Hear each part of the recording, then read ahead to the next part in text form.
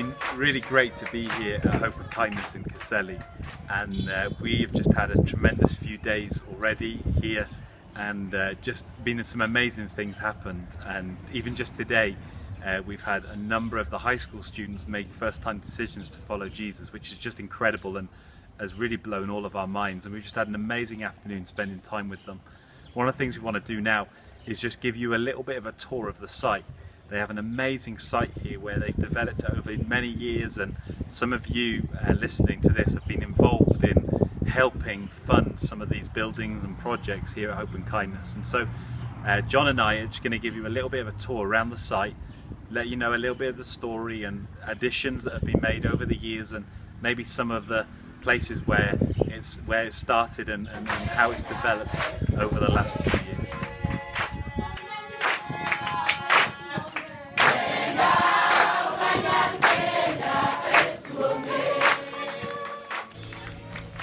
Welcome to Caerselly, to Hope and Kindness, to the school.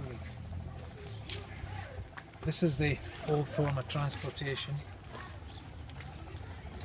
A very old Land Rover that now sits here more than anywhere else. Over there is the guard hut, which used to be wooden, but has since been developed. To the left over there is the girls' dormitory for the live-in pupils, the orphans. In front of us is one of the original classroom buildings that I slept in when I was first here several years ago. If we follow the path, we come to Terry and Judy's house. Come office, come classroom, come meeting room, come guest room when visitors arrive,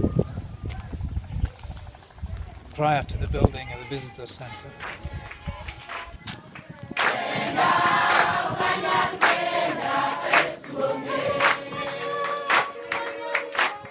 Ahead of us we see the first block of new classrooms that were built back in 2008,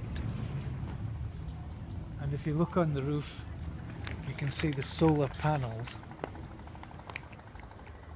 that were installed when I was here, so that the pupils could actually use the classrooms at night to finish their studies and to do Bible studies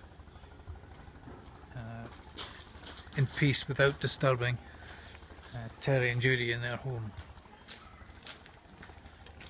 If we continue round, we see the new science block that's been built. Again, this is a new addition from my time here in 2009,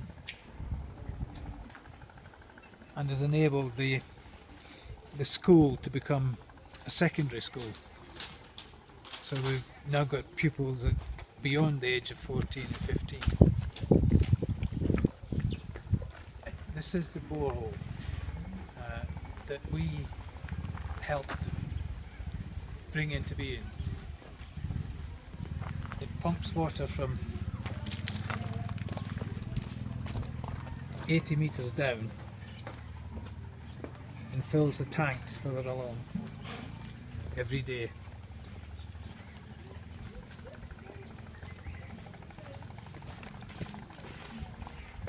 Without that, it would be very difficult to maintain the health of the pupils visiting here. Fundamental to it all is the water.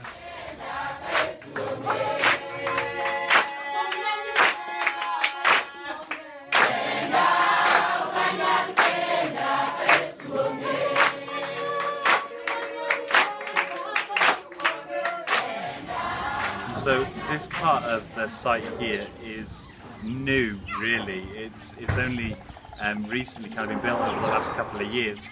And so what you have on the left here is the visitor centre, which is where we're staying while we're here. and they can sleep up to probably about 10 to 15 people in the visitor centre with the rooms they've got there. And it's just an amazing space for people, visitors, to come and see Hope and Kindness, and it's been a really great place for us. And so you have visitor centre there. Behind me you've got the baby room down the bottom corner there. You'll see some of the people that look after the babies, and they're down there in that bottom place.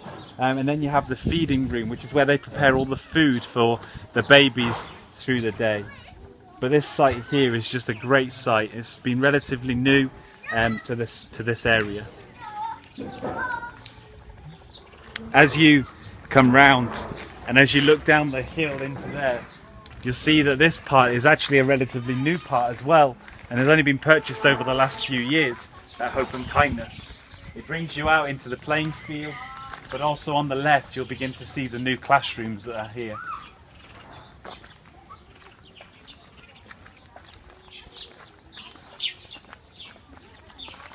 And so, over the last few years, they have extended this whole area. It seems that all the time they've been building new classrooms and they've still not finished. I think they still ideally would like to build one more classroom right down at the bottom end.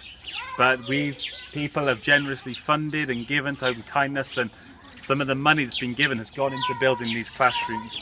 This is the primary school where the younger kids come and they're taught through the day. They have their assemblies in this field and spend all day in the classrooms. They're long school days where they come for pretty much the whole day, and they get breakfast here, they get their lunch here, and then they spend time in all the classrooms. Come on, let's walk further down. You'll start to see the field open right up, and this is their play field. And so you've got climbing frames, you've got a little wooden area down there on the left, which is where they have their assemblies. And then they've got their football pitch, which is a very important part, not just for the boys, but also for the girls, who look pretty good at football around here. I was standing at the entrance to the farm. This has been on recently acquired land. It stretches back much further than we can go because of the gate, but they are almost self-sufficient when it comes to food, which has been a great blessing, and obviously it saves a lot of money because food can be really expensive in this country. There are banana plantations at the back and maize.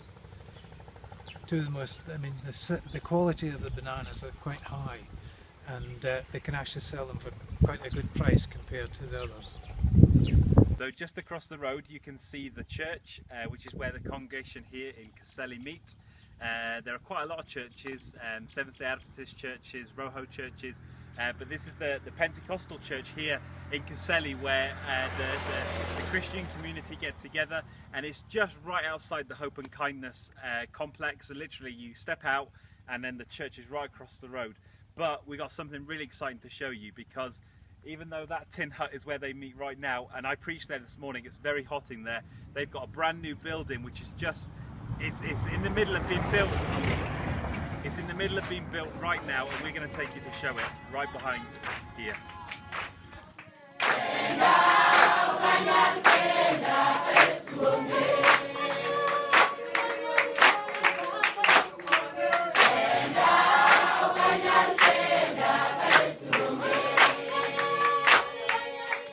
It's a far superior building, both in construction and in size. They can quite easily accommodate the church as it is now, but are fully expecting growth in the future. We can't actually go inside at the moment, but we can assure you that it is a great new building.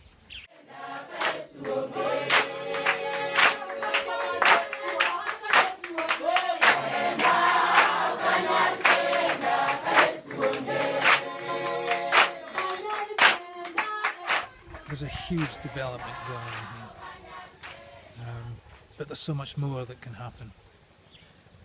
There's so many needy kids here that would benefit from an education, not only a secular one, but a Christian education, to learn skills in farming so that they can go home and be more self-sufficient on their own land, or their family land. So there's so much we can still help do in this area. So we've just tried to give you a little sample of hope and kindness. It's hard for us to put into a video and into words this whole experience and what it's really like being here. But there are some things that you can do to help. You can pray. One of the regular things that comes up often with all the people that we speak to, whether they're small or whether they're big, is they ask us to pray for them, to pray for their families. Some of the stories that we've heard have been desperate situations, desperate stories of young people who have been put into some desperate situations that we can't even begin to understand. And so you can pray for them. Maybe you want to contribute in some way to the work here. Maybe you want to store up clothes that maybe somebody could take out, or maybe you want to give financially to the project here at Hope and Kindness. Those are some really practical things that you could do to help, that they would, I'm sure, greatly appreciate as they continue to develop this whole site that you see here behind me. There's, like John said, so much more that they want to do, but often it's having the resources to make it happen. Or maybe you would like to come out and visit them here in Kenya. Maybe you would like to come out yourself, or with some others, or with your family, and come and spend a few days or a few weeks here supporting their work and encouraging the people here, encouraging their work and being a part of the community here in Hope and Kindness. Those are all possibilities that we can explore with you, but we really want to encourage you to pray and maybe figure out some way that you're able to give and support and encourage the work here out in Hope and Kindness.